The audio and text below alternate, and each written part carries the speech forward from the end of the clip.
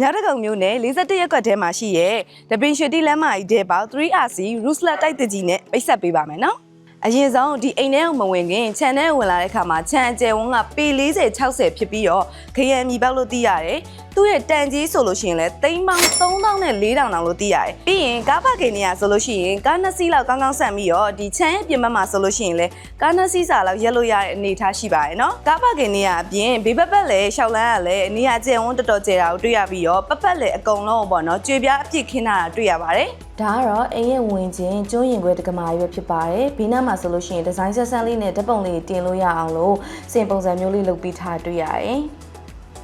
စီလင် height ဆိုလို့ရှိရင်လည်းအမြင့်ပဲပေါ့နော်အသက်ရှူချောင်ချောင်နဲ့အေးစစ်စစ်နေလို့ရတယ်ခန်းစီလိုက်ကဆိုလို့ရှိရင်လည်း luxury ဆန်တဲ့အယောင်လေးကိုသုံးမိထားပြီးတော့မှန်တကားဆိုလို့ရှိရင်လည်းမှန်တကားကြဲကြဲလေးကိုသုံးမိထားတွေ့ရပါတယ်ဒီမှာဆိုရင် aircon ဆိုလို့ရှိရင်လည်းအစင်သစ်တက်ပြီးသားပဲဖြစ်ပါတယ် living room ရဲ့တစ်ဆက်ထဲမှာပဲပေါ့နော်သူ့ရဲ့နံရံမှာ decoration အလှဆင်ပေးထားတာကိုတွေ့ရတယ်ကိုယ့်ရဲ့အိမ်မှာပဲဓာတ်ပုံလေးပါလေးလှလှပါရိုက်ချင်လို့ရှိရင်တော်တော်လေးကိုအဆင်ပြေရယ် living room နဲ့ dining room ရဲ့ဂျားထဲမှာပေါ့နော်စင်လေးတစ်ခုချပေးထားတယ်အဲ့စင်လေးမှာပေါ့နော်ကို decoration item လေးကိုစင်တလိုမျိုးလှလှပလေးလုပ်လို့ရတယ်ဒီသူ့ရဲ့စင်ရဲ့အောက်ခြေမှာလည်းဗီဒီယိုလေးနဲ့လုပ်ပေးထားဖြစ်တဲ့အတွက်ပစ္စည်းအများကြီးထည့်လို့ရပါတယ်ဒီဘက်ကလေကားတန်းရဲ့အောက်ခြေမှာဆိုလို့ရှိရင်ပေါ့နော်တအိမ်လုံးရဲ့မီးတွေအဲကွန်းတွေစိတ်ကြိုက်အသုံးပြုဖို့အတွက် power station တွေ battery တက်ပေးထားဖြစ်တဲ့အတွက်မီးပြတ်သွားမှလည်းစိတ်ပူစရာမလိုဘူးเนาะဒီ dining room မှာဆိုလို့ရှိရင်လူ6ယောက်လောက်အေးအေးဆေးဆေးကြဲကြဲဝန်းဝန်းစားလို့ရပါတယ်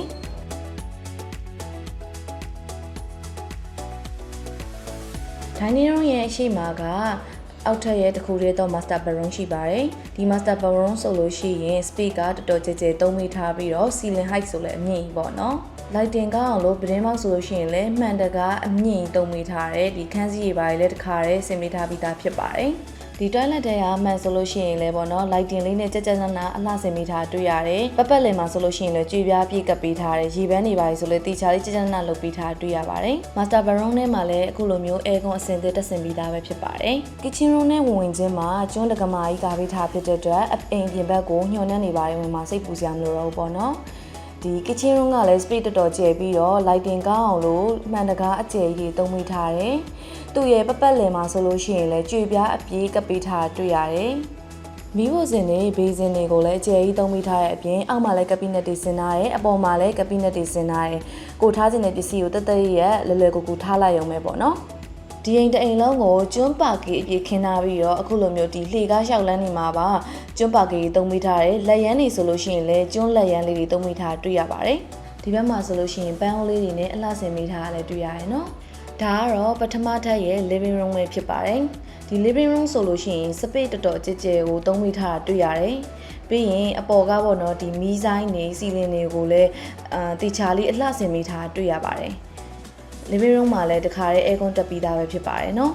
်ဒီပထမတက်ကနေ balcony ကိုထွက်ပေါက်မှာဆိုလို့ရှိရင်လည်းမှန်တကား slide တို့ကိုသုံးမိထားပြီးတော့မှန်တကား slide ကအကျယ်ကြီးဖြစ်တဲ့အတွက်လေဝင်လေတက်ကောင်းတယ်ခန်းစီလိုက်ကလည်းတခါတည်းလုပ်ပြီးထားတွေ့ရတယ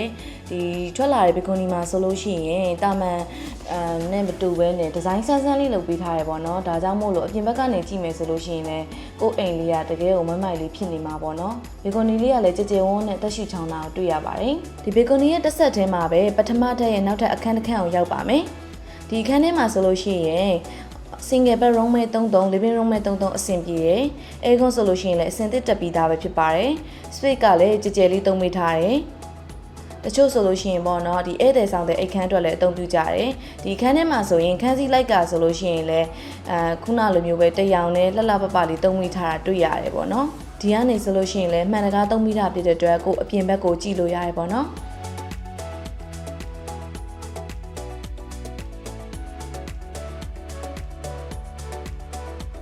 living room ကနေပြန်ထွက်လာပြီဆိုလို့ရှိရင်ပထမတက်ရဲ့ပထမဆုံး master bedroom ကိုတွေ့ရမှာဖြစ်ပါတယ်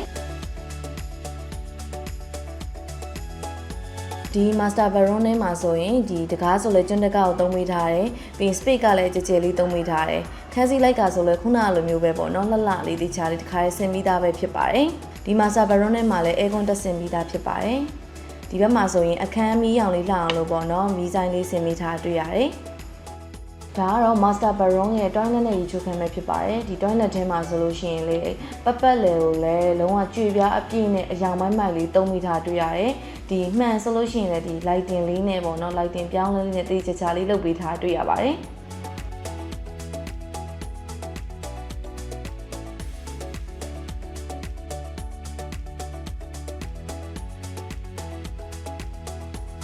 ဒီရဲ့ထူးခြားချက်ကတော့ဒီတကားပေါက်တွေရဲ့တကားဘောင်တွေဆိုလို့ရှိရင်လည်းကျွန်းမောင်တွေကိုပဲသုံးမိထားတွေ့ရပါတယ်။ပြီးရင်တော့ပထမတက်ရဲ့ဒုတိယမြောက် Master Baron နဲ့ကိုရောက်ပါမယ်။ဒီ Master Baron ကလည်း space တော်တော်ကျယ်ကျယ်လေးကိုသုံးမိထားတယ်။အဲကုန်းကလည်းတစ်ခါလေးတက်ဆင်ပြီးသားပဲဖြစ်ပါတယ်။ဒီခန်းထဲမှာဆိုလို့ရှိရင်ပဒင်းမောက်ဆိုလို့ရှိရင်3ခုတောင်ရှိရဖြစ်တဲ့အတွက်အလင်းရောင်တော်တော်လေးကိုကောင်းတယ်။ပြီးရင်လည်းလင်းဝင်လေးတက်ကောင်းတာကိုလည်းခံစားရမယ်။ခန်းစီဆိုလို့ရှိရင်လည်းအိမ်လုံးကိုမှစင်တူလုပ်ပေးထားတွေ့ရပါတယ်။အပေါ်ဆုံးတက်ကိုတွက်ကြည့်ကြမယ်နော်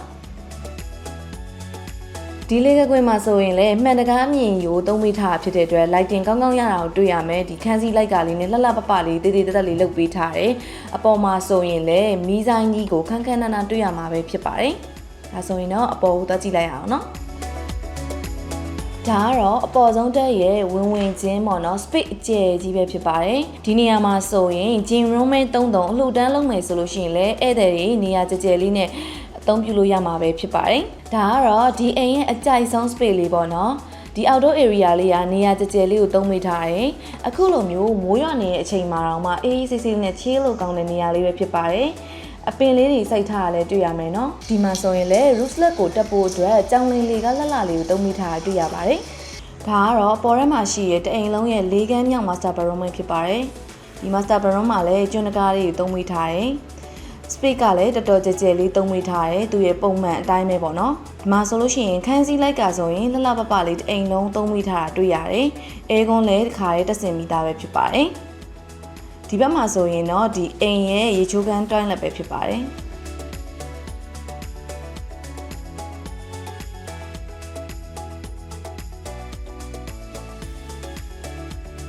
အခုလိုက်ပြခဲ့တဲ့သိန်းပေါင်း3000ကျော်တဲ့အိမ်ကြီးကကြည့်နေတဲ့သူရဲ့အကြိုက်နဲ့ရောထပ်တူကြရလား